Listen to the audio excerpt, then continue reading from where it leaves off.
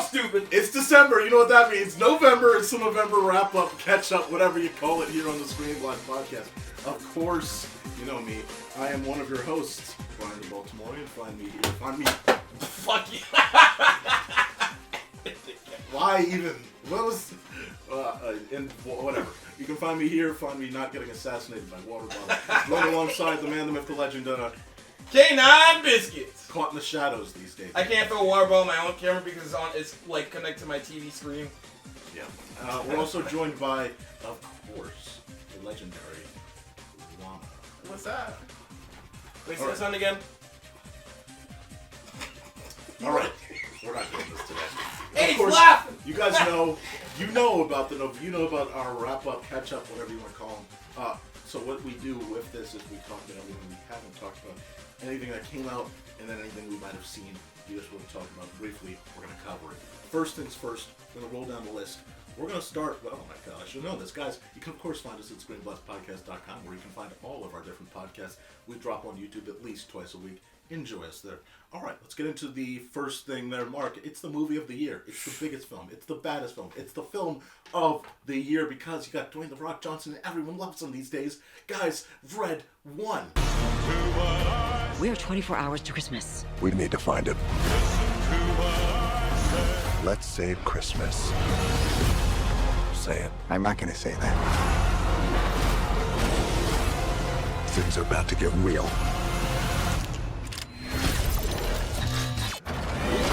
Cover us.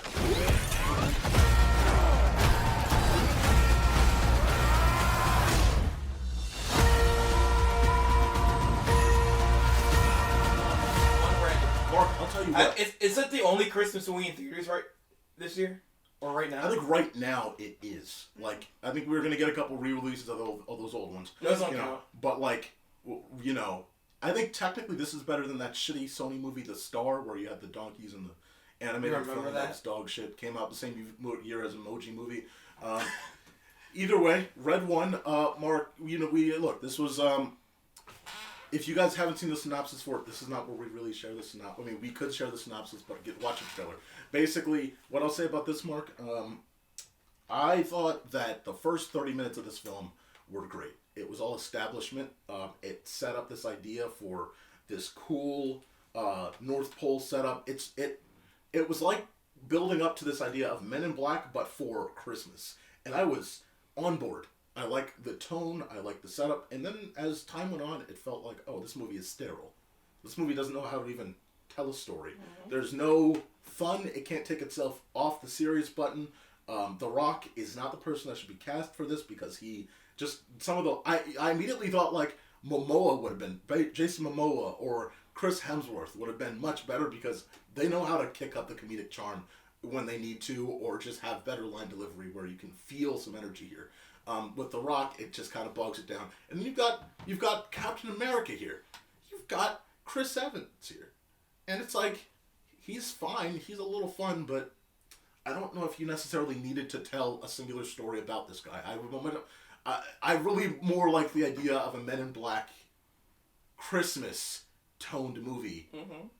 And I think this just fails on all levels. It fails at being a Christmas movie. It fails at being a Men in Black style movie where it takes itself too seriously to be fun. Mark, tell me about what you think about Red 1. Here's the thing. I love this movie's concepts. Yes.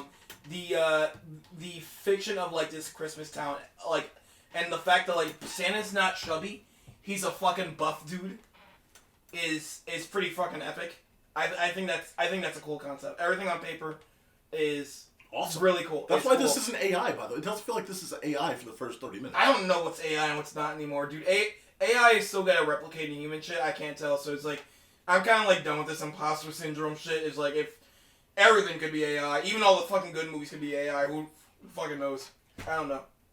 It's just the ideas of like, okay, so I don't think an AI would create the idea of like, oh, but what if toy stores across the world are portals? They're the one, like, because toys are what we use, they're portals to different areas of the world for elf agents, and elf agents hold Santa protective. And like you said, I love that it's a buff Santa, and he has a protective person who's been with him for hundreds of years. That is a great concept, and like the fact that like, oh, he wants to visit the mall because he feels the energy of the kids and the people around him that love Christmas. Like, he loves that, and I love that idea. Everything about that does not feel like, whatever you want to say, wish, that's AI. This feels like someone wrote it with care, and then they put, like, the Rock treatment in it, where it's like, it's gotta be fat, it's gotta be shitty. And so, that's why, again, like, you've got jets that are helping Santa fly out of fucking areas. Goddamn awesome. Like, NORAD is real here. You know, like, they protect the flying of Santa Claus. Like, it gives you a goofily, like, a funnily and goofily accurate way to portray how Santa would travel. And I do think that, like, there are just moments where they miss the point of how fun this idea is. You know what I mean? Yeah. Yeah. The thing is, like, I wasn't really bored by, like, the movie itself. I was just kind of intrigued about, like, how stupid it, like, kept getting. So, like, I mean, my overall thoughts on this movie is, like, shrug, it's okay. It's, like, it's, there are some fun moments, and there are just a lot of nothing moments. But, like, I'm gonna say it was an interesting movie, like, in terms of how it's handling its concepts. Does it execute it in the best way? No. But yeah, I again, like you said, I love the opening. I love the introduction to everything, because all these concepts are great. And I have a soft spot for J.K. Simmons. Fuck yeah, man. J.K. Simmons is awesome. Yes. Mm-hmm.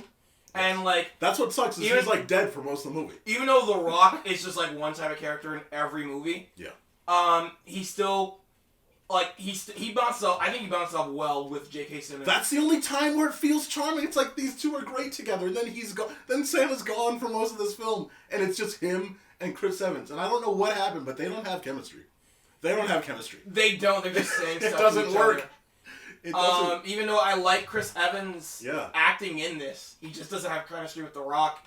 And what they have him do sucks too. And also, he's a different character in his introduction. Chris Evans is like a Mission Impossible badass. He plans out everything. He can do everything. When it comes to later the movie, all those skills are gone. Yep. He's a bumbling idiot. But he can somehow fight though. Yes. That's also not like he can fight really well, but like it doesn't seem like this type of character that can like also fight too. Yeah, I think this movie just doesn't know what to do with its concept, and the reason I say that is, you know, you get to these points right after the 30-minute mark where it's just, we go here, and then there's an action sequence, and we go here, and there's something to do. But it's like, it has nothing to do with the core point. It just slows, it's like, you would think that this would keep, there's, Men in Black did a really good job of, we don't want people to know that this is happening, but it is happening around you. We're doing a good job masking it.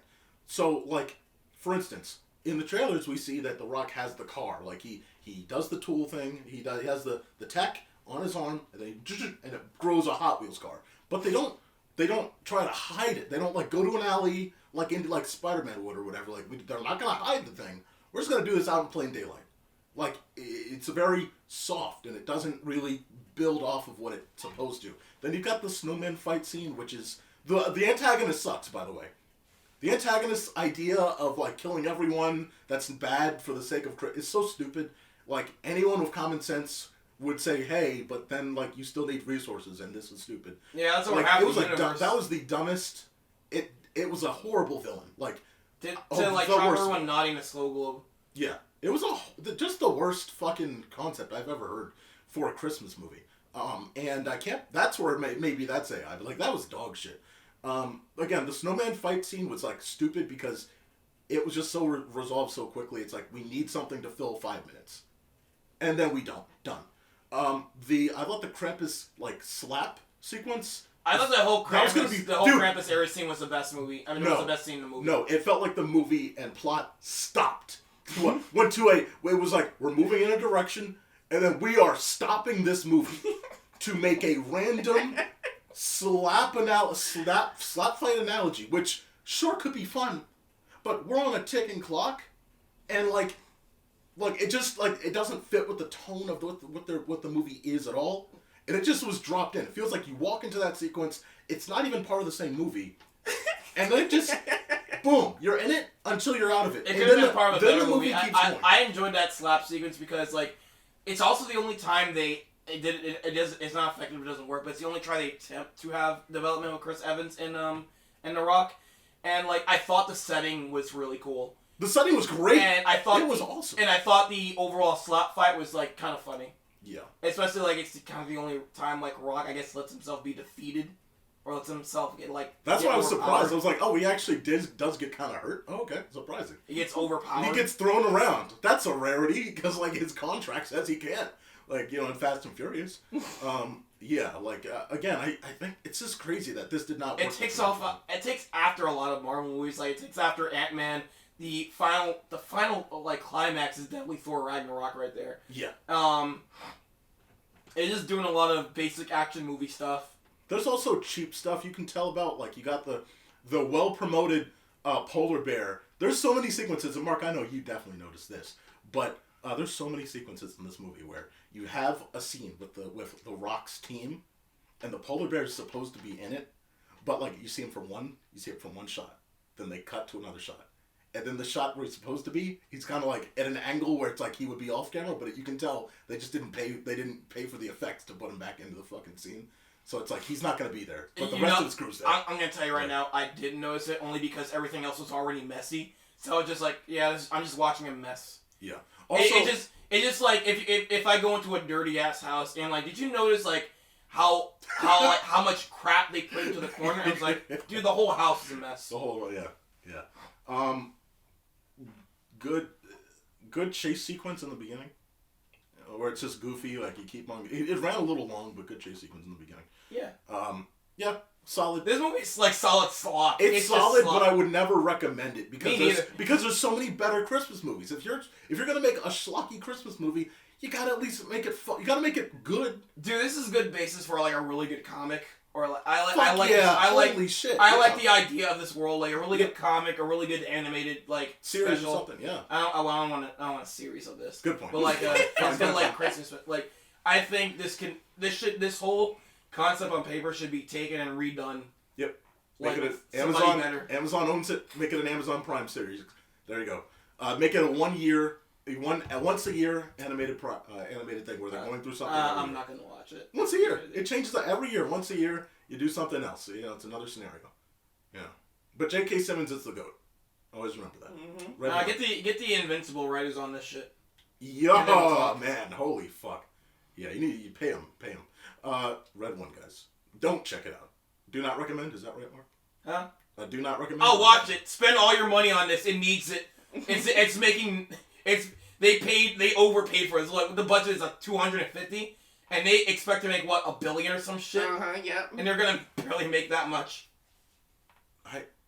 Why would they think that? You just look at that. Anyway, next. They need his money. The Rock needs his protein so he can make Moana live action. Talking about a movie that will make its money back. We're talking about here's Gladiator II. On November 22nd. Audiences everywhere are calling Gladiator the single greatest movie of the year. It will carry you to greatness. This is what movies were made for. It's ferociously entertaining. See it on the biggest screen possible. Strength and honor. Strength and honor. Gladiator, rated R, only in theaters November 22nd. Mark, you watched the first Gladiator. I have not seen the Gladiator right one before in a this. long time. I barely remember it. Only remember key sequences, which is why it's great they did a little reopening thing for you in the Gladiator 2. Tell me what you think of Gladiator 1 before we get into this review. Really cool Spartan drama. It wasn't like one of my favorite. It wasn't one of my favorite action movies ever, but like it was like really hardcore and really cool.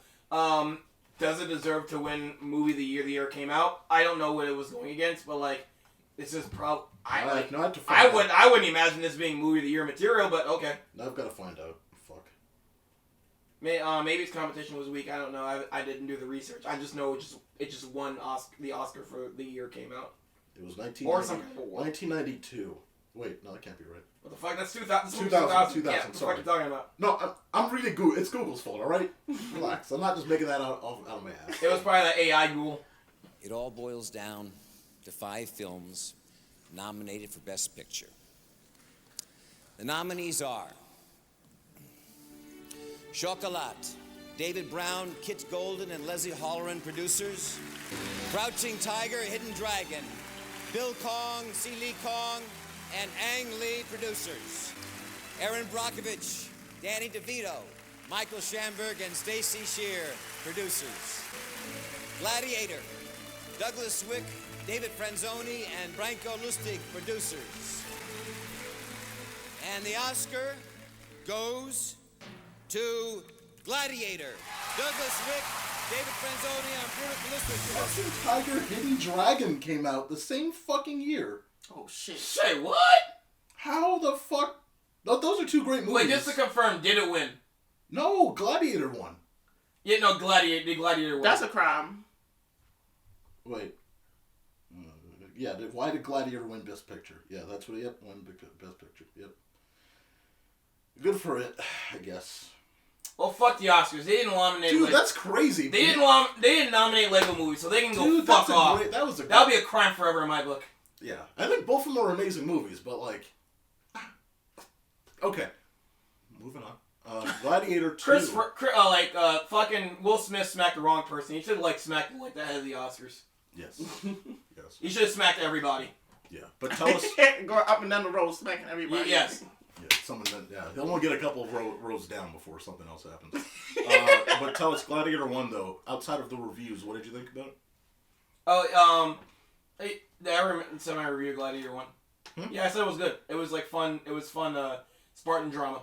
Okay. Yeah, it was great. I really liked it yeah. too. It was not one of my favorite movies ever. Not one of my favorite action movies ever, but it was a really fun time. I really enjoyed it. Fun Spartan drama. Nice. Probably my favorite Spartan drama, but I haven't seen many of those. Yeah. Then I don't really care about Zack Snyder's 3000. 300. That was all over the place back in the mid-2000s. Gladiator 2, though, leading into that, what do you think as a either not just as a sequel, but just as a movie on its own? What do you think about Gladiator 2? Kind of like The Force Awakens. It was kind of like a retread, but it was kind of trying to do its own thing, but its own thing was just kind of just a remix of the first thing.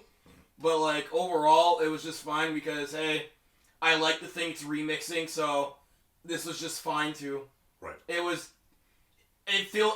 Just like the Force Awakens, it also feels very safe. Mm-hmm. But it's still a decent but it doesn't offend me because I don't hold Gladiator 1 to high regards.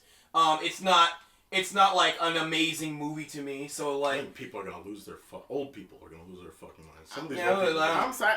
Even Troy was better than that. What? Okay. Well, so this one just playing safe and just being okay, being decent enough. I'm I was still enjoying my time watching it. Also, I like some of the new things that I like. I like the idea of the twins. Absolutely. Oh my god. It's not that I like the twins. Yeah. I like that black actor's name. Denzel Washington. Yeah, Denzel Washington. Denzel Washington. I don't watch movies. Yeah, that black guy. Yeah, the black guy. Oh my god. What is he in? I don't watch movies. Everything. What the fuck do you mean? Name something. It's probably movies I missed out on. Oh my god.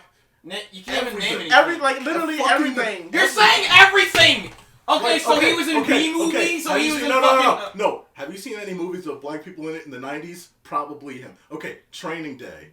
I'm just going to tell you that. Watch Training Day. Just watch it. Training Day. Training Day is one of the best movies ever made. Okay, name another one. No, just watch that. If you haven't seen a Denzel Washington, just watch that. Watch it. You want to watch it now so we can just No, I need you to watch it today. Oh, wait, this is not answering my question. What is Denzel in? We can't remember the movies. Dude, Denzel's in everything. That's what I'm saying. The Equalizer. All the Equalizers. I didn't see any Equalizers. Yeah, he doesn't care about black people. We were talking about Wizard of Oz. I've never seen The Wiz. Public Enemy. He hasn't seen that. Okay, so he's in every movie I have not seen. He did his biggest shit in the early 2000s. Was he in any Muppets movie? He's in 80s stuff too, but yeah, 90s is where he's. Was he in any Muppets movie? I don't fucking know. Muppets? He's bigger than the Muppets. It's Denzel Washington. Is he in any Disney movie? Understand. Denzel Washington is more significant, not to be an asshole about Samuel L. Jackson, but he's more significant than Samuel L. Jackson. Samuel L. Jackson has... I sort of seen everything with Samuel L. Jackson. Samuel L. Jackson has more influence, but Denzel Washington has more character, and more talent, like more respectful talent. Is he in any superhero movie? No, he's bigger than that. He's that's below him. He's bigger than that's below him. Yes. Usually, if it's the best, if he's in it, it's probably one of the best movies of the year. Yeah. Sorry to tell you that. I've only started becoming like a movie snob like in the 2010s. I was a movie snob yesterday. I don't know this shit. Yeah. I only watch fucking Disney. I'm not trying to be an asshole, Mark. I'm just saying, watch Training Day. It legitimately is. Have you seen Training Day? Yes, I have. Fucking, it's great. And I don't even care about. And I don't even care about. I'm not a huge fan of sports movies. I don't even care about that. Yeah. But Remember the Titans? Hey, there you go. I'm not gonna say it's a bad movie, but what it didn't really catch me. Who? What? Remember the Titans? Yeah, it was there. He brought gravity, but he was, it's a fun. It's a standard. It's one of those standard fucking high school. They make it. Like they're they don't like darks, and then yeah, fucking yeah. But I'm looking at Denzel Washington. And the fact you need to Wikipedia search this. The movie where he was in. He's in like every movie I haven't seen. The movie where he got taken. The movie where Shit, I'm like not seeing anything I've seen. Oh my god, that's why I haven't heard of him. It's like a giant blank space. You said what were you about to say? I can't remember what I was about to say. I'm baffled. Yeah. I'm gonna look up Denzel Washington and Muppets. Why? Oh, he's probably in Sesame Street. That sounds like something he would have done like in the 90s or the 80s or something. But dude, he's been huge forever. If you haven't seen that, there's also what is that? Philadelphia, I think. There's what else? Oh my god, dude, he's in everything. Everything, like he was in his bag for the longest. Oh, my ex, Malcolm X. He does a great portrayal of Malcolm X. Yeah. Okay, he wasn't in not any Muppets movies, but he was in a Muppets. He's still in Muppets movies. This is like trying to teach some middle school something. They're like, yeah, but it's not Sigma. It's like, bro. Yes, I gotta be Sigma. But is he Skibbity? No, God. All right, but so this movie, I'll share my thoughts here. Gladiator II. This is not about Gladiator 2. This is about how uncultured I am. I think whether or not, whether or not it plays like you said, The Force Awakens. The thing about it is like, the difference in quality is not. You're not dropping like, you know what I mean. Like it's not like you're still getting. This is shot on film, and you're getting sets that are massive, and you're getting battles that are ridiculous. You're getting extras out the ass, you know what I mean? Extras all over the place, and real places, real sequences, real battles. Like you have characters with a lot of heart being portrayed by actors that are giving it their all.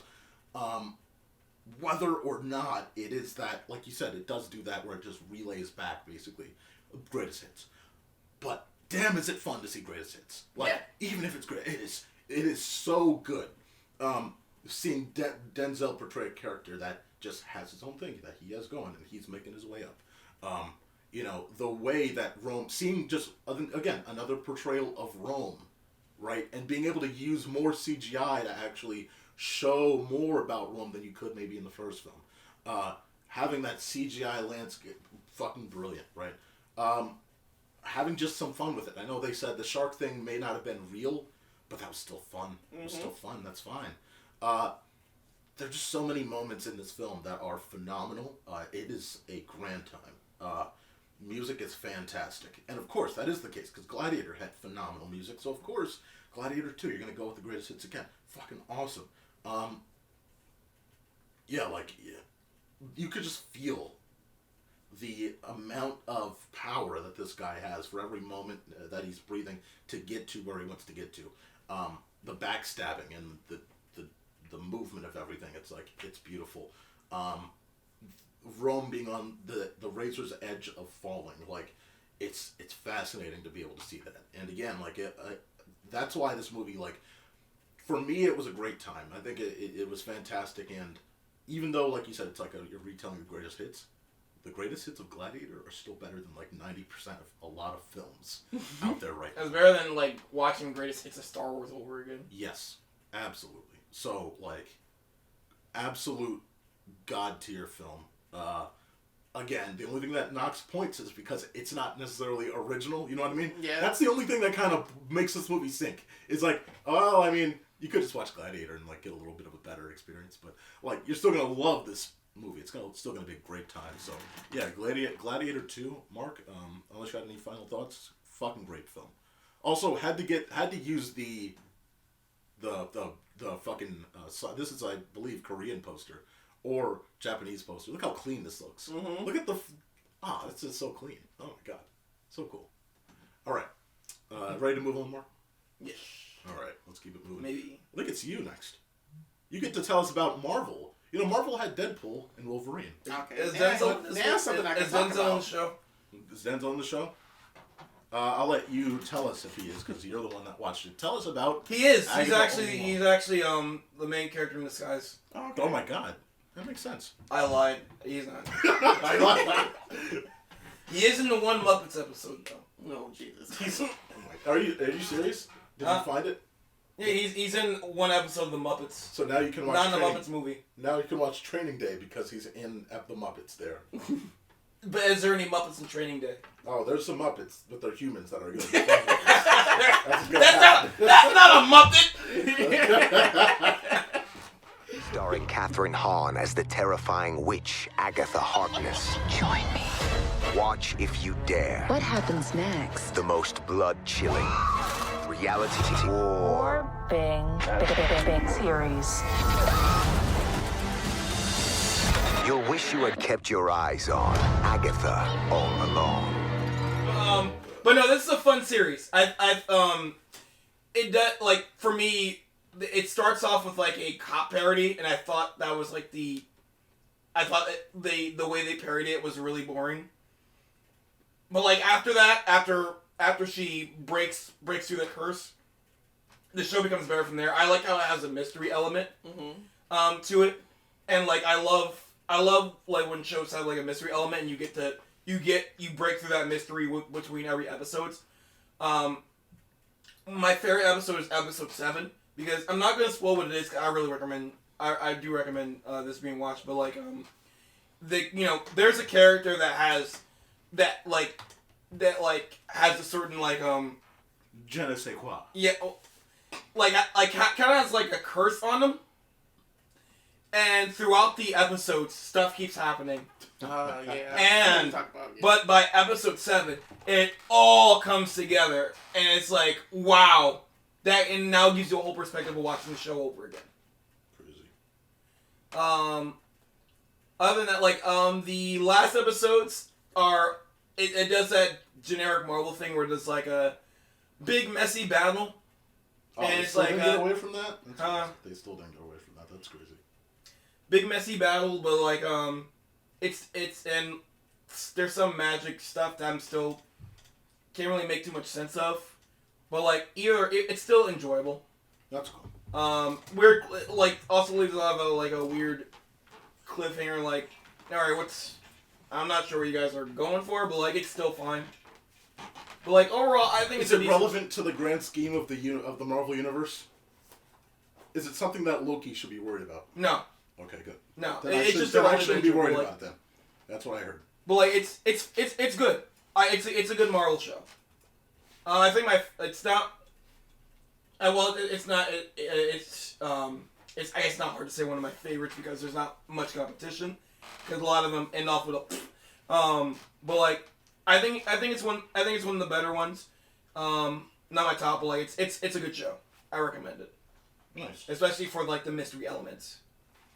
Cool beans. Okay. All right. Agatha All Along, find it exclusively on. Oh, yeah, and it's a good sequel to WandaVision. If you like WandaVision, it is a good follow-up to WandaVision. Mm-hmm. See, it's interesting because I would be into Agatha. The issue was that it just took so long for it to come out. I was like, I have no interest. And Multiverse of Madness made everyone lose interest in everything in WandaVision. 100%. Yeah, the last time that I was interested, WandaVision was literally in the middle of dude. I was in my I was like 24 years old when WandaVision came out. Dude, I'm 27. Like, How the fuck am I supposed to still care about the goddamn WandaVision, like, suburban setting? That, While we're on shows, I just want to bring to mention, because it's not on here, but I just want to just mention real quick, I haven't finished it yet. What do you got? I'm loving The Penguin. Currently, I'm like... Dude, I love Club Penguin. It's a shame it shut down. Oh, God. That and the Batman, the back show, The Penguin. I love the Batman. The Batman. The Batman. Robert Pattinson. That bitch Pattinson. Bat bitch slap. But like, yeah, I'm loving the show so far. Yeah. And like, if you remember in the Robert Pattinson Batman, there was like a big flood. Yes. Like they draw back to that, to where like it's you see, so you get a different perspective, and like it kind of gives more I guess grand gravitas to the whole movie, because like it does feel like they're creating a world. Beautiful. And like again, I'm loving all the drama, it's very suspenseful, because the Penguin is like you're following his perspective to an extent, and another character's perspective, but like he's getting himself into like deeper shit and trying to control like this mob, like these other mobs and other gangsters. Yeah. And it's like he's just like so close to getting killed, and it's like you're curious, and like you're kind of not rooting for him, but you're kind of curious, like how is he gonna? Yeah. You know. This is his show, so how is he gonna get through all this shit? Absolutely. But it's a really good show. It's a real, like, I'm gonna say for right now it's A+. I really recommend this. Even if you like Robert Pattinson Batman, watch this, and like I think from what I hear it's gonna tie into the next Robert Pattinson Batman, and that movie's good. Legendary. That's a really good Batman movie, and this is a really good show. It's a shame. By this time in the Dark Knight trilogy, The Dark Knight Rises came out 3 years after the first Batman movie for that trilogy. By this point, we would have had, coming up next year, we would have had the Batman sequel. We're going to have to still wait until 2026 for some reason. Robert Pattinson. Fuck! Robert Pattinson. I thought it was... Oh my god. Robert Pattinson, still taking a little time here. So, and again, I think all of us are like, can we just get more? Like, that was like the setting was what sold me more. It was like, it's fucking great. I was willing to watch the Ben Affleck Batman movie. I don't know how that never happened. Well, I think Warner Brothers Warner Brothers, dude. You think they would have wanted to jump on a new Batman movie like instantly? They would, but they're stupid. Yeah. Yeah. It sounded cool. I think the concept was Arkham Asylum, but the movie. They're smart, man. They're brilliant. Anyway. Next one. The game, I mean. Yeah, no, the game adapted as if it was for live action. Yeah, I think I heard the plot was like it was. They were lining it up like that. He was going to Arkham Asylum, and shit happens, and he has to fucking deal with shit in Arkham Asylum. No one wants to watch that, Mark. I don't know why they would have invested in it. As soon as I'm old enough and got money, I'm coming to get you. Childhood was life's best season. It never lasts, but everyone deserves one. I remember everything. Memoir of a Snail is an indie project that came out from an Australian team. It is one of the most interesting animated features, and in general, one of the more interesting animated features, and just films in general, of 2024. What a journey. Just journey through life. Mark, Memoir of a Snail, I'll let you want to start off. I heard this director makes other good movies. I'm after watching this, I really want to watch those. Absolutely. I heard like all of his other stuff is A1 too. It's insane that we're just hearing about this team now, honestly. But this one is like it is this one is fully stop motion, but like it's like not the stop motion I'm used to for a theatrical movie. I'm used to like something like Aardman or something very clean like Leica. Yeah. This is like very ugly stop motion you think you'd see for like a short. By the way, he's not saying ugly like it's like ugly. It's an attractive ugly. Absolutely. But it's meant to look ugly. Yes. But like it's not like a bad ugly. But, like I'm used to seeing this type of style for like very short short films. It's less not whole 90-minute features. A little bit less fluidity. Yeah, it's great though.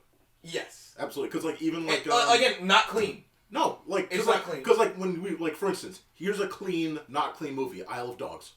Mm-hmm. Fluid, clean, but not clean in where its setting is.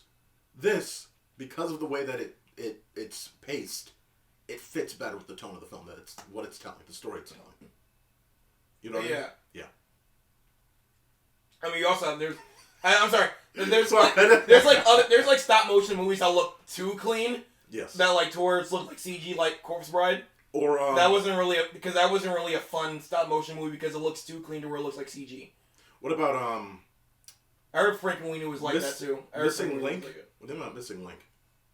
I thought it was still kind of not that. It was a little. I think Missing Link still looked good. Yeah. It was more of the story. It's classic Leica. Yeah. It looks good. I'm not talking about the movie and story itself, but like. Isn't it technically the newest Leica movie? Classic Leica. It's so old that it basically is classic. Isn't Kubo after that? No. No, Kubo's before. Yeah, I think it's the last one. I think it's Wendell and Wild under Leica because it's by Selick. You said what? Wendell and Wild. Yeah, that was after, but that wasn't Leica, right? That was. But it's still Selick. Yeah, but Selick wasn't a part of the team of. Selick left after. Remember, he left after Coraline. Then it was off for the team of to do Paranormal. That wasn't his. Yeah. He was just on the. Selick helped with Coraline. Then he was like, "I'm doing my own thing." I'm doing my own thing. Oh shit! Like what was their last shit? Yeah, but I love just the world of like how many people are making their own things, and how we're getting more and more visually to see like out there because again like you try to see that in theaters out especially like we talked about this before 2014 a lot of stop motion but you don't get this that often on the big screen. Memoir of a Snail coming from a studio that you don't get a lot of exposure to here in the States. This story followed a female character that just kind of had it rough and had this twin brother that just they both have it rough and it's just a story that it tells this what would you say autobiography in this fascinating way. I'm gonna be really honest with you. What's up? I did not realize the main character was female until like she was in a skirt during like the. That's so mean. Like the. so. What was it the ball sequence when he was with she was with the family? Oh my god. Because little kids just sound like it's the same thing as Bluey. Little kids just sound like little kids. So it's like another I guess Australian. More Australian. Yeah. Oh yeah. But like I assumed that was just a little like it was a little boy because I didn't really hear a she. If they did, I didn't catch it. And then like during that ball sequence, she was wearing a skirt, and then when she got hit by the ball, she was like, "Is she okay?" Like, oh shit, that's a girl. Okay. It's like a Blue's Clues situation where it's like, oh, Blue was a girl the whole time. Oh, it was a dude. I'll be honest with you. All right. Anyway, but again, like, look, it's a heavy film, but it's a heavy film in just the story that it's telling through the life. It's just you're watching this progression of life. There's not a lot of positive things that are going for this character, and then again, I don't want to reveal the ending, but like, man, such a satisfying ending. So, like, you're going through this journey, you're hoping for something optimistic. Not much optimistic happens, and then something optimistic happens in the end. I think that this is a good old time. I don't want to reveal anything though, spoiler-wise, because this is a film where, you get to just experience this. You strap in for the ride, and it's not like it's this visceral. It's not like, oh yeah, you're like, oh, it's like a 4DX experience. But you sit there, you watch it, you learn more about this character, you hope something positive happens, but stick it out till the end, and I'll tell you what, you feel really good about watching it. My tablet died. I know, I have the buttons. You're good. I know. That bothered me. I know, it always does, Mark. Even though I have controls right here. You know. I know, but I don't like you having all the control. Holy fuck. What else do you have to say about Memoir of a Snail? Please. Holy cow. The world didn't end, my man! This was a good character study. We don't really get many of these type of movies, especially animated. But the whole movie is narrated by the main character. What's her name? Mark, it's been 5 weeks, 4 weeks since we saw this. I thought you usually have names pulled up on your phone or some shit. I don't fucking know. This is the wrap. We've been during the Wicked episode. This is we've been calling the main character Wicked, and her name was Elphaba. Man. Well. That just can't stay in your brain. It's just. But either way, whatever the name of this character is, like again, you're just hoping for her to get something positive, and even when she gets something positive, it rolls into negative. And then on the other side, her brother, it's just all fucking shit. Mm-hmm. It's like, dude, get something praise Jesus. Please, Jesus. I love how they make fun of religion. Absolutely. Again, this movie is like, yeah, it's just well done. And, like, I think the end, like, yeah, everything ties well, even though I guess the ending is kind of a Deus Ex Machina of, like, you know, when a character kind of just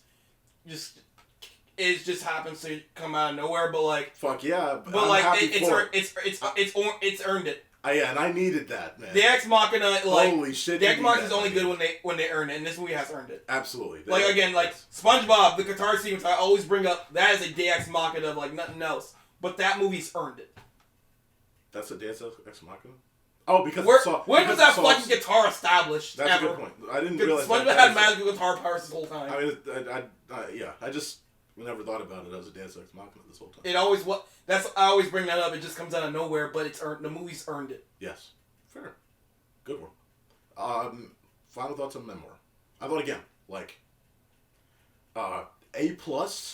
Like, it's still not my favorite, but it's right up there. Like, it could be Wild Robot and Your Name. It's right around there, but it's like they're all fighting for number one. But personally, I'm not gonna put this as my number one. But it's as a work, as a like, and also I love, by the way, the main character goes on to make films that are similar to what we're watching. It's like a nice inside baseball. Yes. Inside. They suck.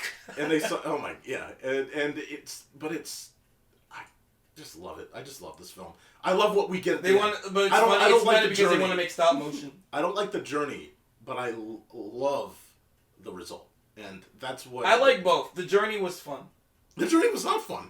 The journey fucking hurt. It was interesting. It was interesting. That I'll agree with. That's why it was fun. Fun is Puss in Boots. Like, you have a different definition of like what's fun to you. I think interesting counts as fun. I like this movie.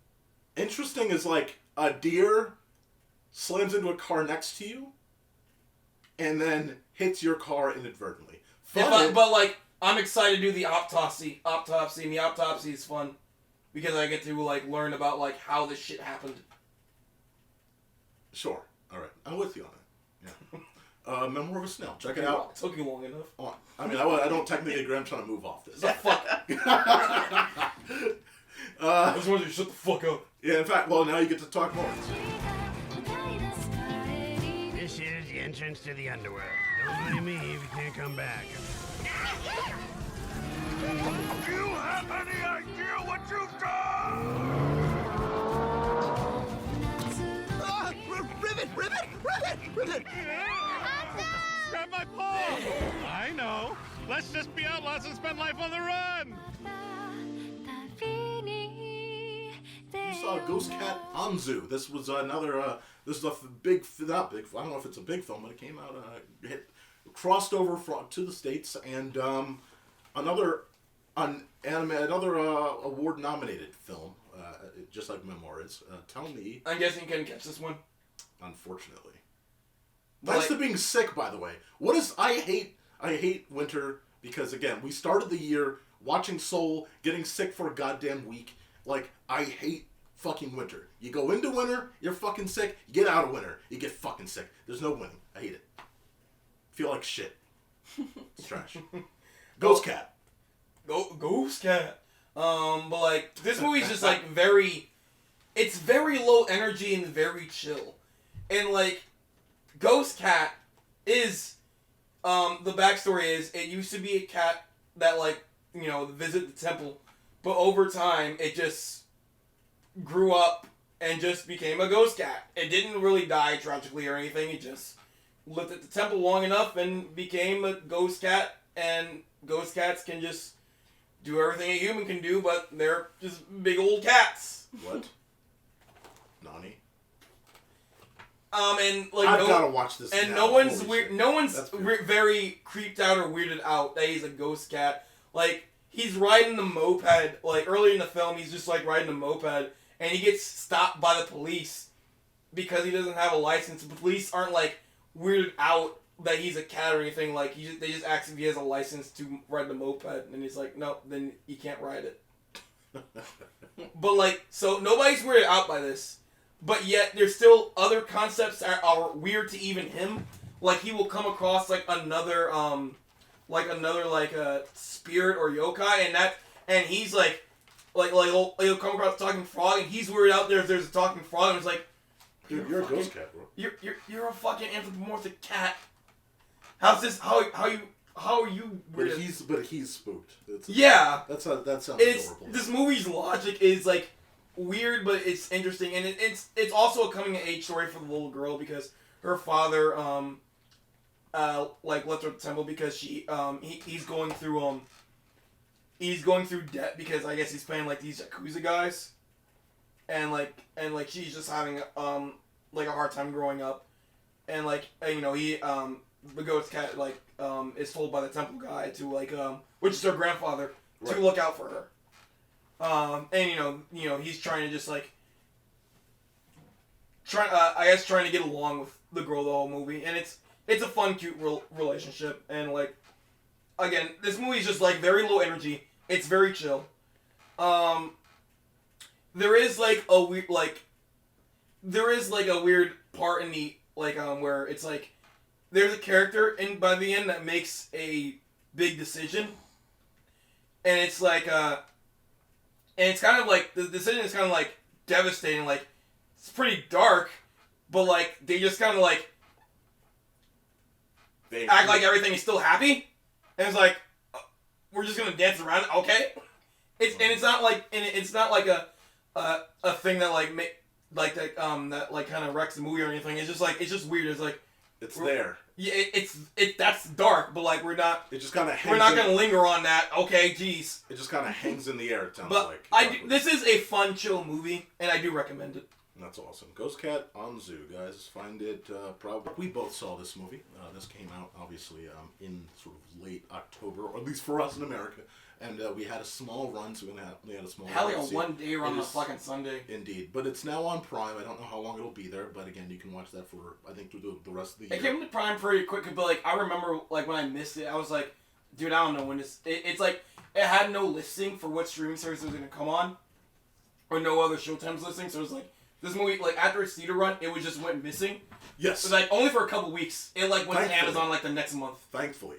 It was I was fuck, that's gone already.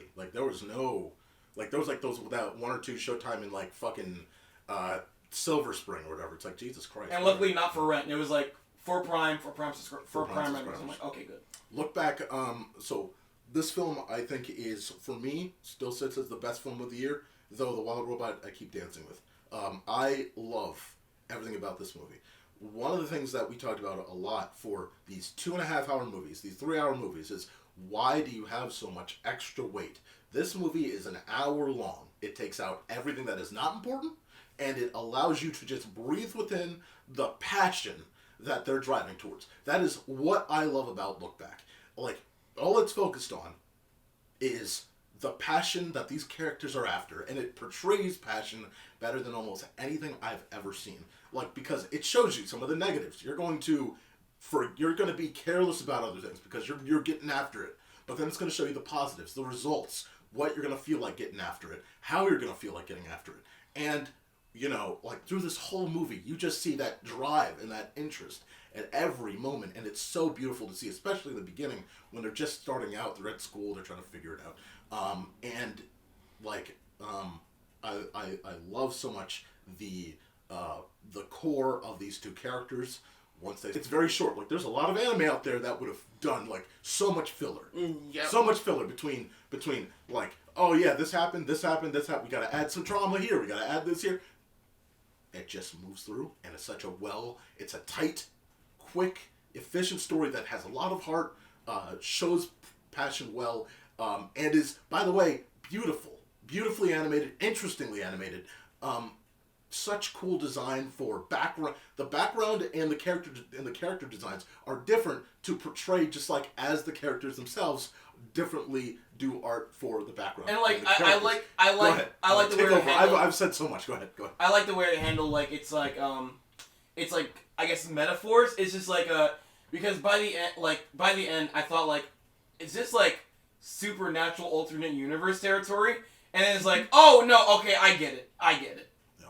Like it just like it kind of just like, it doesn't take you long to get like the metaphor by the end. Yeah, it's... And it's just like, okay, that's powerful, yeah. That was the moments in this movie where you're like, man, that last... here we go. Good. The last... Yep. The last bit of this film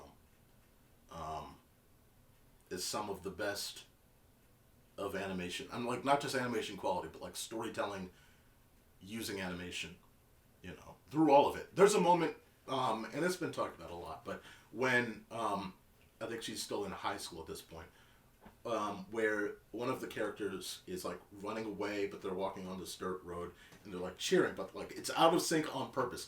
And the director, then this is the cool thing about when it was in theaters, because it was an hour long, you had a 20-minute post show that was all about the director and the voice actors explaining how. At least it wasn't Dan and Ann where you had like a 20-minute interview spoiling everything before you watched very weird. The first 3 episodes. Yeah, very weird that they would do that before.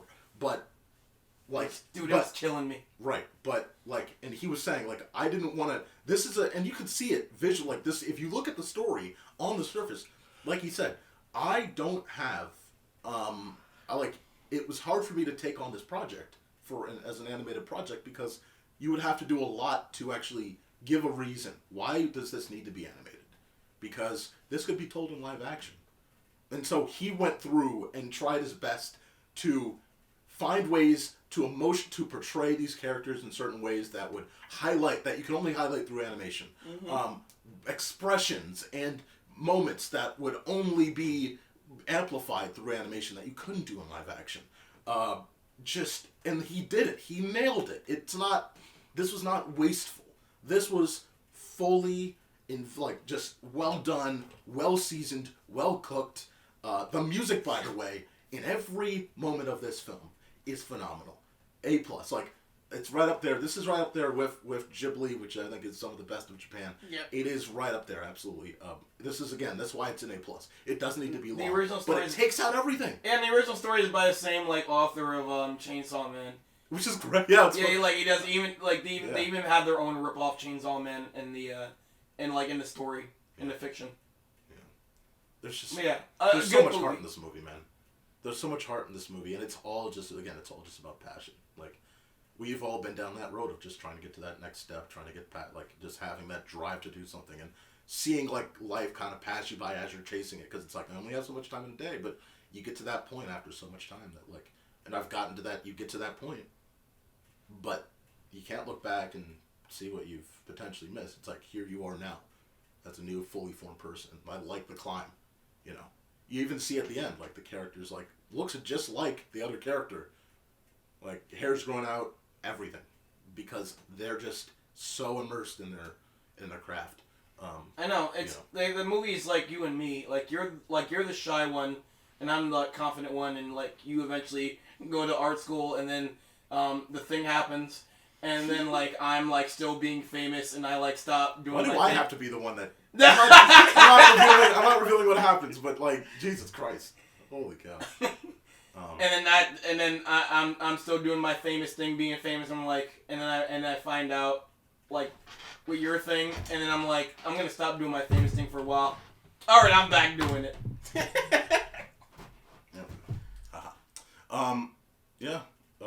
And like you said before, by the way, I think that alternate thing was just needed. I think for the audience. I think it's like Robot Dreams. I just really appreciate. Exactly. I really both of them understood. Both directors understood. Oh my god, this is very it's we can very still similar do this. vibes to Robot Dreams. We can still do this, and it's fine, and it just makes the audience feel something better. You can give the audience both, and then you can get back on track, but it's beautiful. Fucking beautiful movie. I wish I could say more. I know, like, I'm gonna wrap it. That's what I like about Robot Dreams. It's like it gives you like the ending. Like this is the ending. Like this is the ending that you want. And here's like if we actually did it this way. Yeah. And now we're gonna show you our ending. Exactly. And there's nothing wrong with that. You know. Yeah. Yeah. All right. Look back. Man, still my favorite movie of the year. Well, only if your real ending sucks, which it doesn't. Both movies handle their endings very well. Yeah. If you show me a better ending and then like your real ending is shitty, then fuck you. But no, both endings are really good.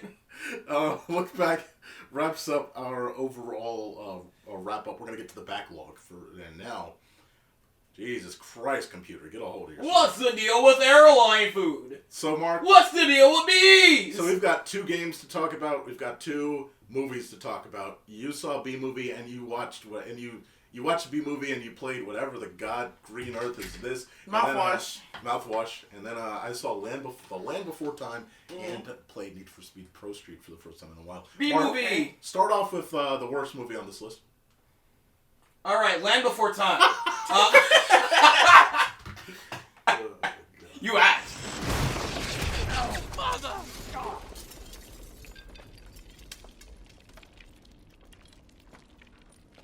Jerry, problem with the scene? Ooh. Steven, this isn't good. Nothing's working. It's like 150 degrees inside this head. All these props are garbage. You know what E.T. was made out of? What? E.T. was made out of brown Play-Doh and chicken wire. I did not know that, Steven, and I'm thrilled for your success. Thank you. But I just don't think the audience is ever really going to believe I'm a bee. All right, look. Why don't you just make it a cartoon? All right. It's a cartoon!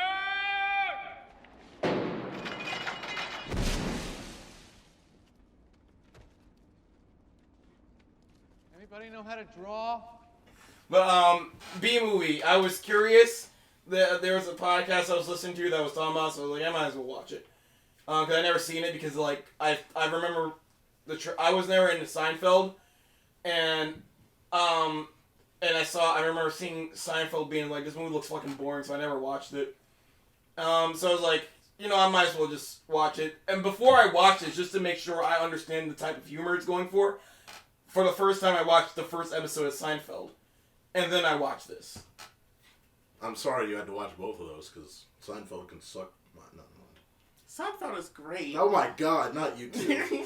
I can understand Friends. Friends, I think, is... Seinfeld was... The first episode was funny. Friends is also good, but Seinfeld... And I also like Frasier, unfortunately. Unfortunately?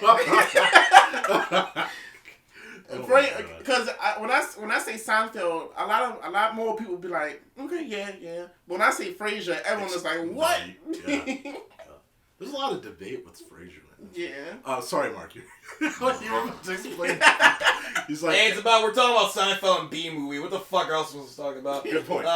Go ahead. But Seinfeld was pretty okay. B movie, this is a bad movie, but it's stupidly enjoyable. Agreed. It's so fucking ridiculous.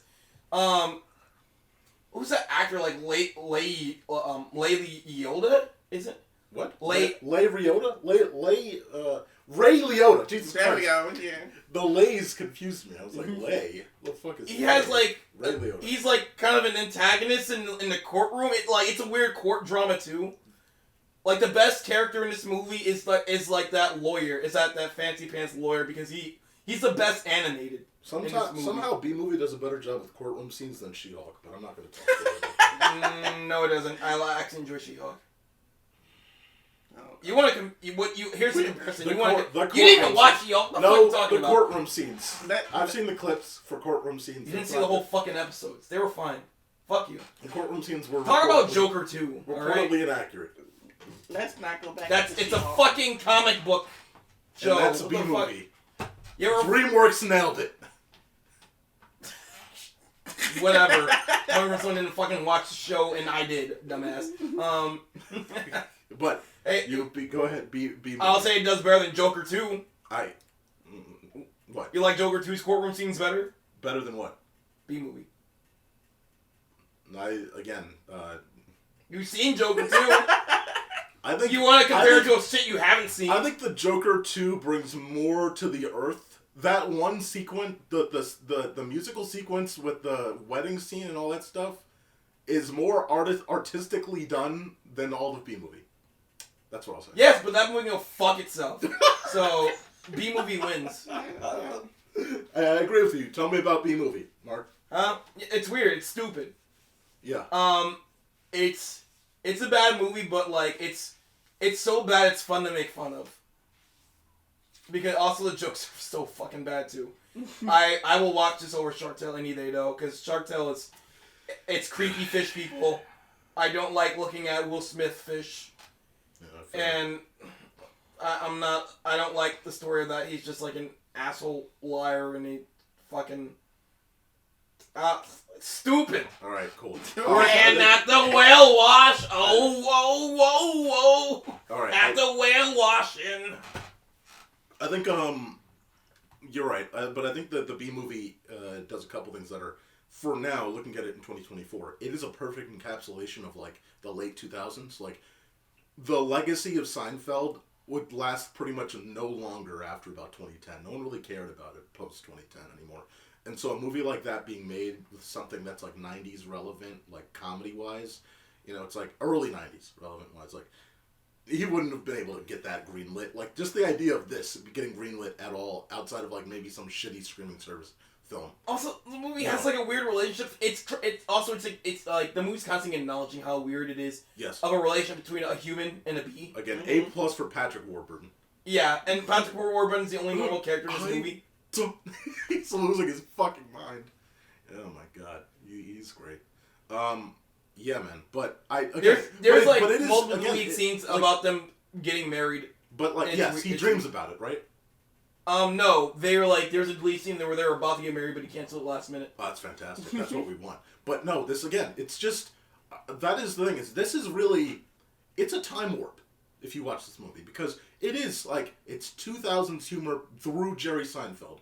You get cable jokes, you get fucking pop culture jokes. From like the 2000s, it's all based around, it's all just that. That's what it is. It's like you go back in time to this movie, and the reason why it made some money but no money, and then it was aired over and over is because, haha, I get that joke. It's a reference. Haha, I get that other joke. It's a reference to this. It's just pop culture. What's the deal with money? Literally, and the plot line is okay. Like it's generic. It's boring. Seinfeld's voice is so funny to make fun of. What's the deal with this? But yeah, like it's fine. It's fine. Like B-movie for me, like it was aired so many times. I will say the best joke in the movie is be like, Jesus, be Gandhi. Like, oh yeah, but that too. What was it?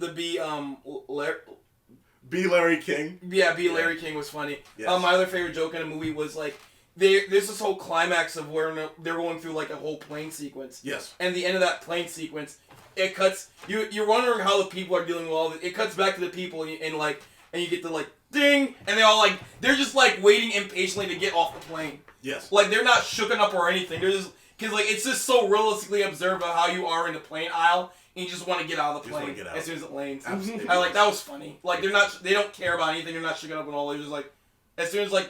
It dings for them to get out the plane. They're like, oh, they all grab their luggage and get out. I think maybe that's why, like, maybe I'm over judging this movie in terms of how bad it is because. No, it's still bad. No, but I'm saying like at least you could back in the day, like you put that on. If it's on cable and you put it on, you probably hear a couple like family members chuckle because like reference there, reference there, reference there. It's like a bunch of memes put together in a movie, like pop culture references. From the 2000s. It's like if the memes were a movie in the 2000s. It's like, we're referencing this, and this, and this, and this. Even the fucking, the story itself is a generic 2000s plot line that you've seen a million times. Like, yeah, like, that's so what many this bee movie puns. is. But no spelling bee pun. I'm surprised they... Well, Mark, now they can make a sequel, because you thought about that. Good job. Good job. Yep. They could go all in. What's Jerry Seinfeld up to? He's old now. I know he made like a crappy like Netflix 80, movie called Unfrosted that I didn't watch. Apparently that was really dog bad. shit. Yeah. I heard it was really unfunny. Yeah, I know. He's really just hitting them out of the park these days. Yeah. Before we get into the games, I'm going to talk about Land Before Time. So Land Before Time, the Land Before Time. You've seen all 14 movies? So when I was a kid, again, they would air on certain time slots and all that stuff. Like, I think I've seen like 3, like nothing past 10. But like I've seen like all of, at some point in time, they were all at some point on TV somewhere. And like, Land Before Time 1 though, I barely remember, and so it was good to revisit. I had the VHS of it. It's a great film. It's, as reviewers had said at the time, after I went through, I read a couple of reviews. Thank you, Wikipedia. This is like, it does a good job of being like, it is like Bambi, but with dinosaurs. But it's slightly different than that. But it takes a lot from Disney, and that's the thing, is this is made by Don Bluth, and Don Bluth, of course, came from the Disney studio, was outraged, grabbed a team of people from Disney, and said, we're going to make our own thing. And they made The Secret of Nim, which was this big indie project that became was beautiful and well done for the early 80s. Steven Spielberg teamed up with them. They did American Tail. American Tail made a lot of money. It made more than The Great Mouse Detective, so it lined up against Disney. And then there was Land Before Time. And Land Before Time, it's like, this was really, you had some dinosaur movies, but this is, think about it, before Jurassic Park.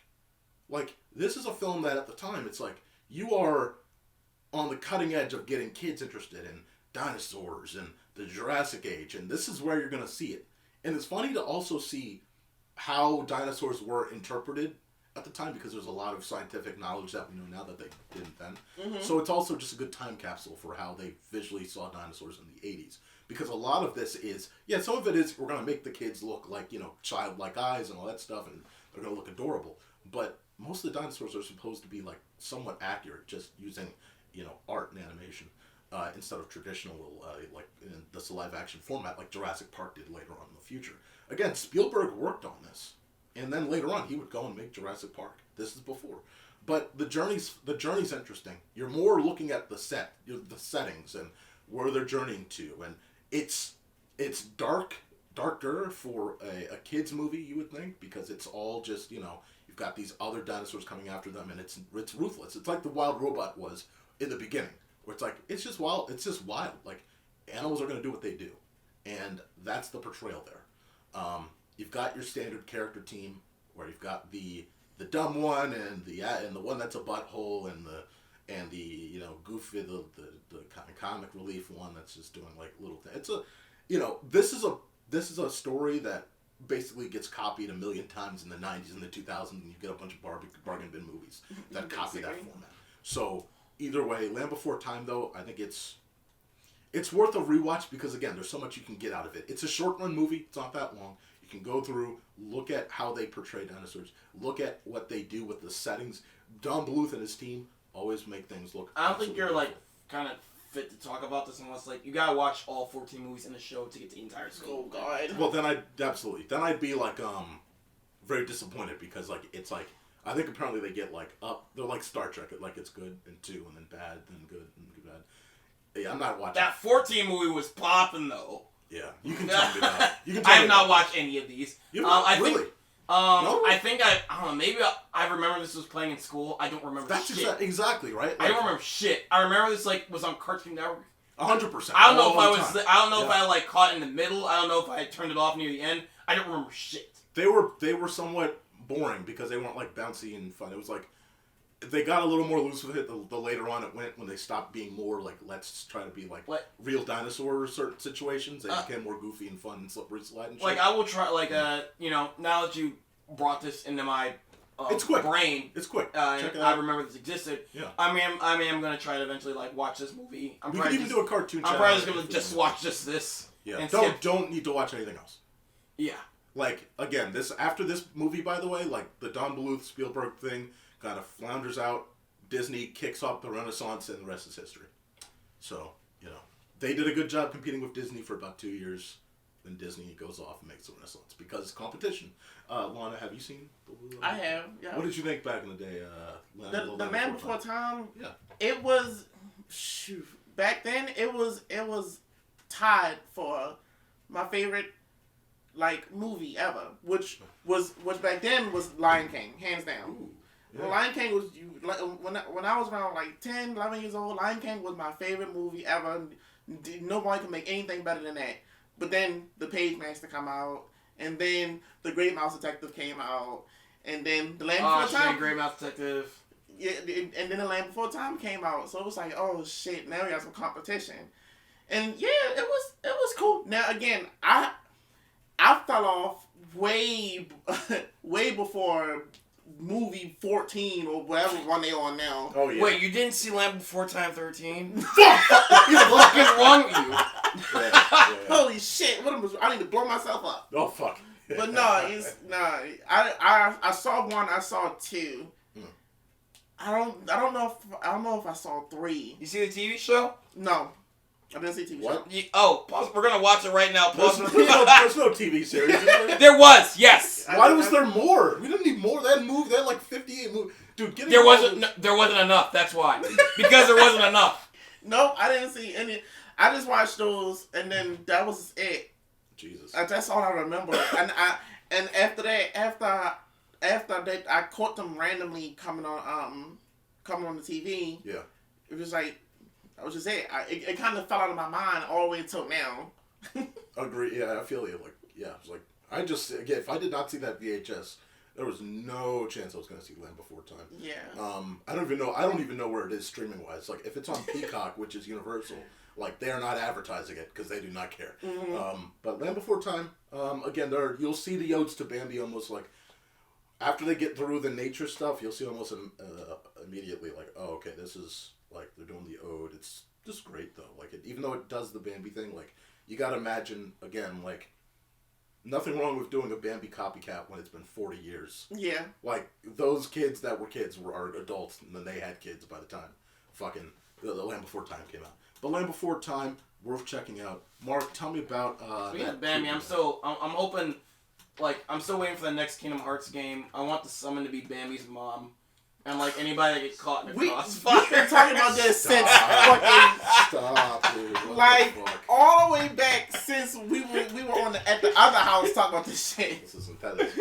Anybody gets caught in a crossfire, does, like, a fuck ton of damage. Just random shots going off. Benny mom trying to dodge. Oh, God. No, it just goes off. BANG! That's a bunch of damage. Anyway, Mouthwashing.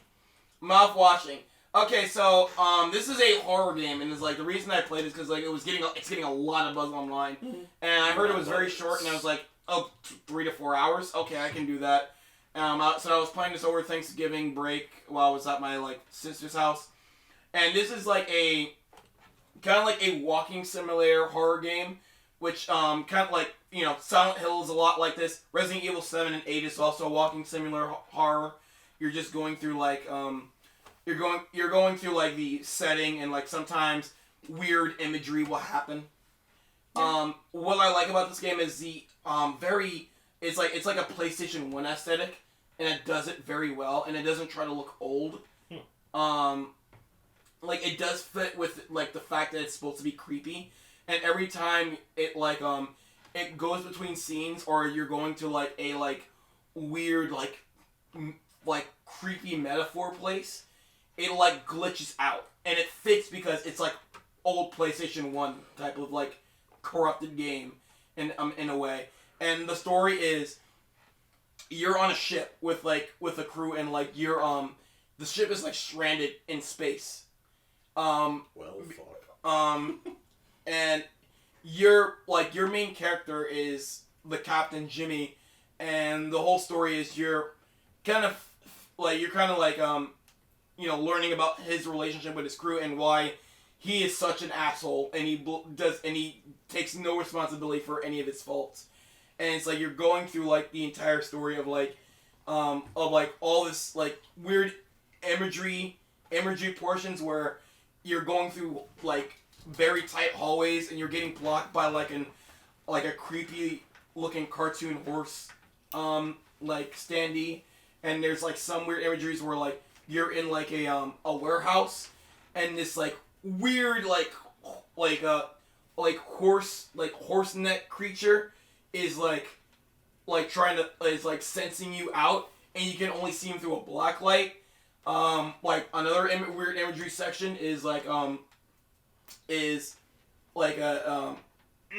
like you got this super like ultrasound, and you have to use this ultrasound on this giant heart with eyes, and it's just beating. And it's like, it's really good at having a creepy factor to it, and like it's really good at like telling the entire story of like seeing how like more desperate and crazier like the crew is becoming. And it's like it's horrifying. Yeah, it's a horrifying story, and it's really weird and it's really creepy, but it's well done, it's well made, and it was like a nice, and it was very short. So this was like a fun game. This is probably one of the only few games I finished this year. But it's a good game. That sounds awesome. Yeah. Yes, Have you seen like playthroughs? You say it's like I haven't seen full playthroughs because I get lost easily just watching what's happening. Like it's hard. I'm gonna have to like really have like just buckle down and watch it or play it or whatever because it's not keeping my interest because I have the Steam Deck. Yeah. I can't understand anything that's fucking going on. I had trouble understanding shit, and even by the end of it, I was like, what the fuck was that? And then, like, it was still interesting, but I was like, I didn't get anything I just went through. And then, like, after listening to a podcast that explained all the themes and stuff, like, okay, I get it now. All right, I get it. Like, and I it's get like, it. I get it. I don't get it. okay, I get what this is all about now. Even then, I still think that the whole creepy factor is still well done. Mm-hmm. It's a well made game, and it's like also like $13. Yeah. It's not that expensive. I think it's a good product, really good product. Yeah. Okay. One of my highlights of video gaming this year because I didn't play that much. Awesome. Because Astrobot just kind of took over everything. Well, that just Astrobot took over my life. No, Astrobot ruined my life because how good it was. Astrobot killed my childhood in 1957.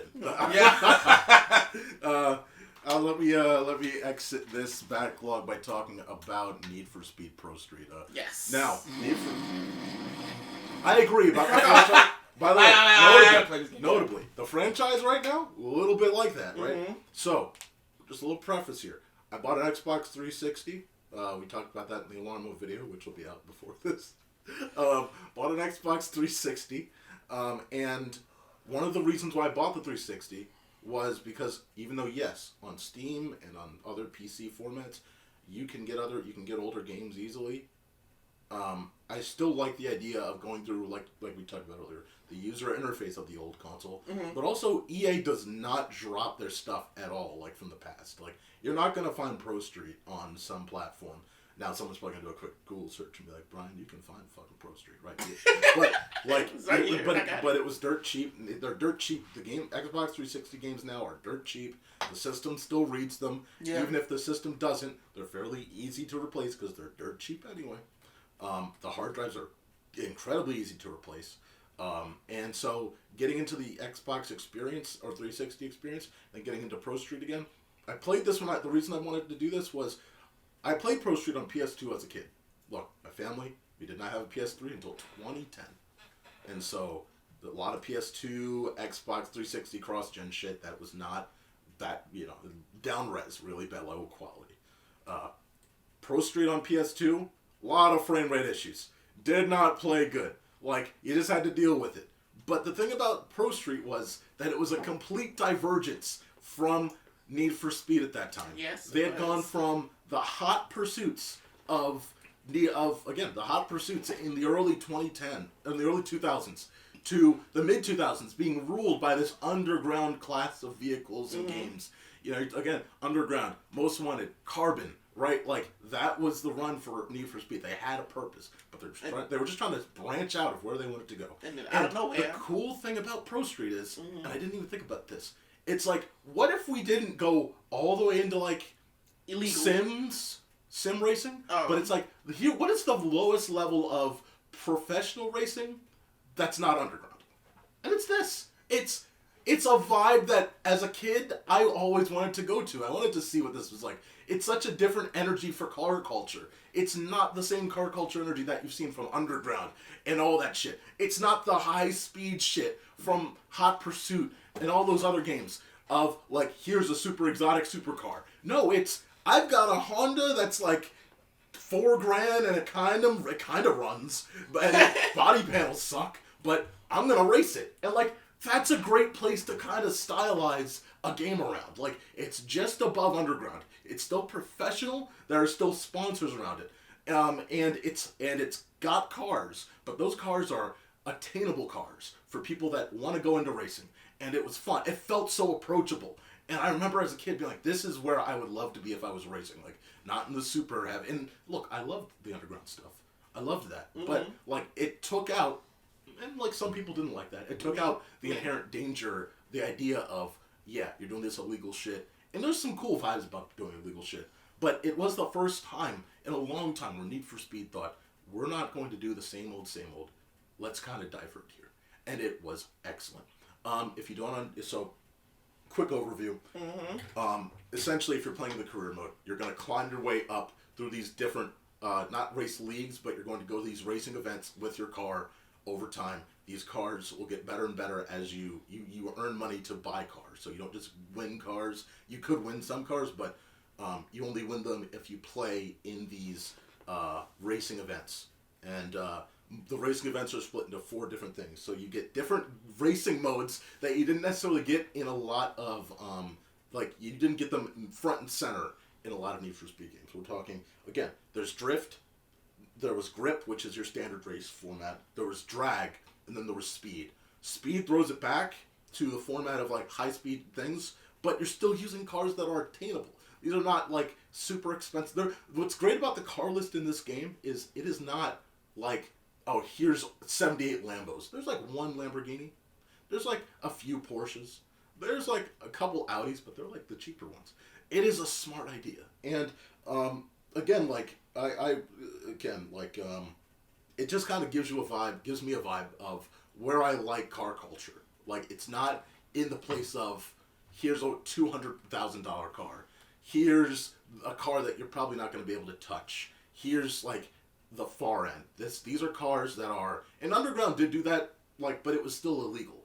This is, here, you're doing it because you're doing it, here's the first level of professional racing. Give it a try. See what it's like. And you're just a guy trying to make it up there. And you can get to the top. You can become the king of all of it. And it kind of grows almost in a rep style way, where, you know, your reputation gets better and better over time as well. We've seen that in other Need for Speeds. But again, this was a great diversion from Need for Speed. It was great to revisit it again. And on the 360, you still get a little frame rate issues like you did on PS2, but definitely not as bad. Looks a lot better. Absolute joy to go back to it. Lana, were you going to say something about ProStreet? Yes. I'm assuming you played this more recently. I actually haven't played this since I had a 360 naturally. Yeah. And from what I remember, it was completely icky, right?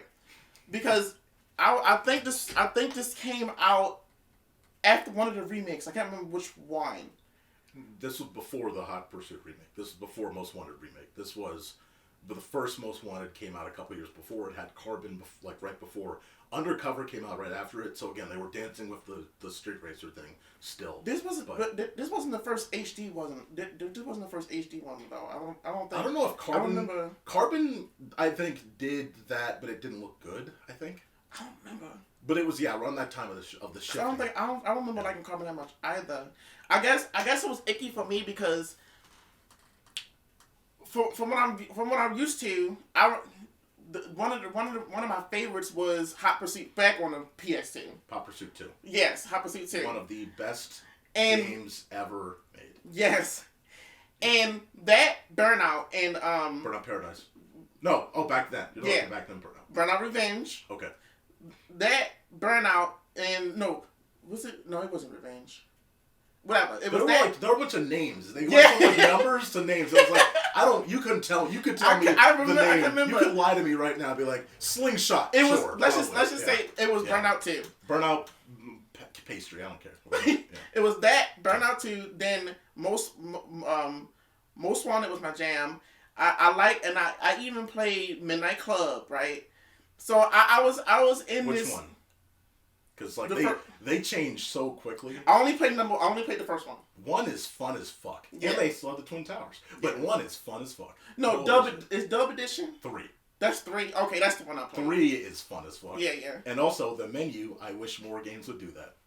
Has the coolest menu ever. Yeah. Holy fuck. But okay. Sorry. So I'm playing these games, and you're right. They all follow a similar structure of we underground as fucking badasses, and we have all these supercars because we're super rich but bored because now we want to stick it to the man, and you know, going to the streets, man. Going to the streets, you know. It's like they were like vigilantes but with cars, you know, graffiti artists but with cars, you know. But ProStreet, that was the first. It's not because now that I have more perspective, it's not a sim. But that was the first sim-like game I ever played, and it threw me off because usually when they say Need for Speed, I'm buying it. I'm already buying it. I'm on it, right? But the when the game came on, it was like going from Tony Hawk to Skate. Well, I agree because like if you played a bunch of the underground stuff, whether that was even Carbon or whatever, Most Wanted, like you go to this, it's like the vibe is like you know the DJ like this Need for Speed, what the fuck is this? Like you're looking at it like, wait a minute, and it is such a different vibe. Go ahead. You know what? That's not true. That's not true. Because I also play Sega GT, and Sega GT is a sim. Wait. No. This isn't a sim, but it does a good job like treating you into feeling what different cars are like. That I think that was the first like realistic song. Oh, real? Gotcha. Yeah. Like driving. You like play Gran Turismo back in the day, or like Forza or all that stuff? I missed the train. I was never on Gran Turismo. Never. Yeah. The only time I really played Gran Turismo was way into. Xbox One was already out. Oh, okay. Yeah. Right. So I got into that late. I was never into that like back in the, because again, if it didn't have like if it didn't have late to early 2000s Orange Fog. Orange Fog. Yeah, you know how all the old games be with like an orange like a orange fog filter on all the early. I remember Test Drive 2000 had like a shit ton. I was like, I look back at that game. What the fuck is going on? And it's like, but I feel it. If it didn't have oversaturated but yet somehow muted coloring. If it didn't have overly flashy super speed visuals and bunch of crashes, I wasn't looking away. I wasn't looking that way. It had to be. I was into the most arcadey, overdramatic bullshit ever. That's awesome. That was my thing. And if anyone even tried to say like, "Oh, look at this symbol, look at this," I'd be like, "Ew, no, get away from me, you stink." Fair. So here comes, and so to my surprise, ProStreet comes out, and I don't know anything about this game. All I saw was Need for Speed. That's all my brain needed to see. Need for Speed, buying it, right? And I was pleasantly surprised, but also taken aback because it's not a bad game. It doesn't control terribly, but it's just I just in that way. I just remember my body feeling so icky because like, where's the cops? Why is the streets so clean? What's all this regulation? Yeah. Why are we now playing on real tracks instead of being in the street? Exactly. You know what I mean? Yeah. And it's like it was like, whoa, this is like a whole new, like It's different. It's different. It's completely different. It's really different. Yeah. And that put me off. I'm like, this is not Need for Speed. And then that's when like my first like rant started to come out about like video games and everything. How are they changing? What's wrong with this company? Like, how they go from revenge to this? And EA was great. What the fuck? Yeah. But yeah, like I agree though, because like I don't want to spend too much time. I know this is the backlog, but like because. Let me quick on this, because like after ProStreet, you get to this point where because it diverges so differently, but also this is the first time after ProStreet, I think legitimately Need for Speed does not know its identity. That's the ProStreet. Unfortunately, is the line, because after that you get Most Wanted, where it's like we want to go back. We want to go back, but it's not a full back. You don't know how to, so it's going to copy and paste. Because like Undercover, did you play Need for Speed Undercover? Yes. It was like, it's a half measure. It's like we're kind of back, but it's not as fun. Yeah. No. And it kind of stunk. And then they did Shift. And it's like, but Shift goes Shift is full sim. That's like full simulation. Yeah, so it's like, so they did that, then they went into full simulation. Then they did Hot Pursuit. Okay. So they went from cops again to this to sim to Hot Pursuit, and then they did Shift 2 again. So there's this simulation stuff, and then you go back to You know what I think it was? Like so Need for Speed. It's not even just Need for Speed. Like all the arcade games, for some reason. And even I can't explain this because I love them games so much, but even I shifted.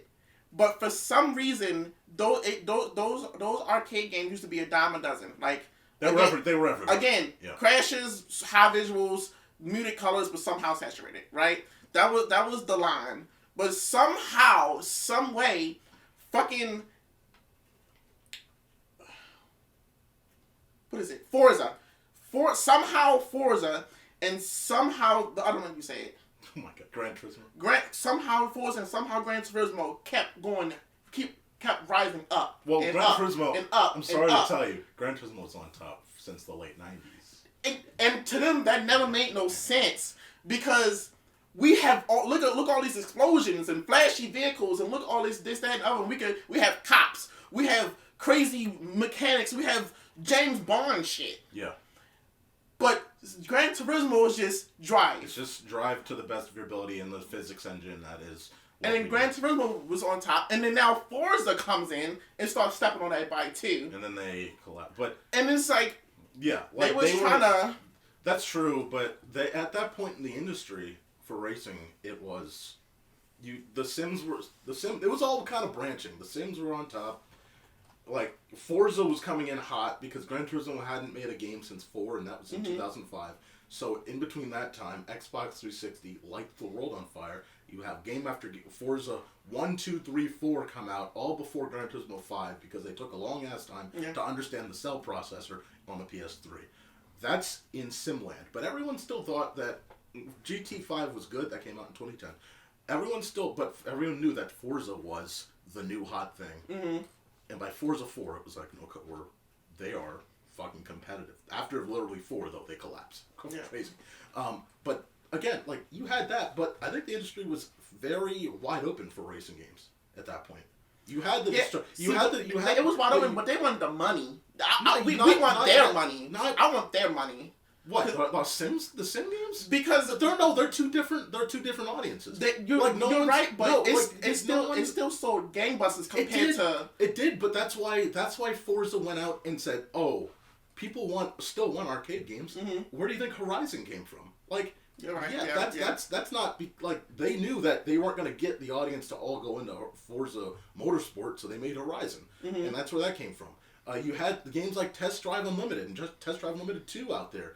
You still had games like Flat Out and Flat Out 2 and all that stuff still growing. Like, the Destruction games were there. Yeah. The futuristic, like, Wipeout was still alive and well back then.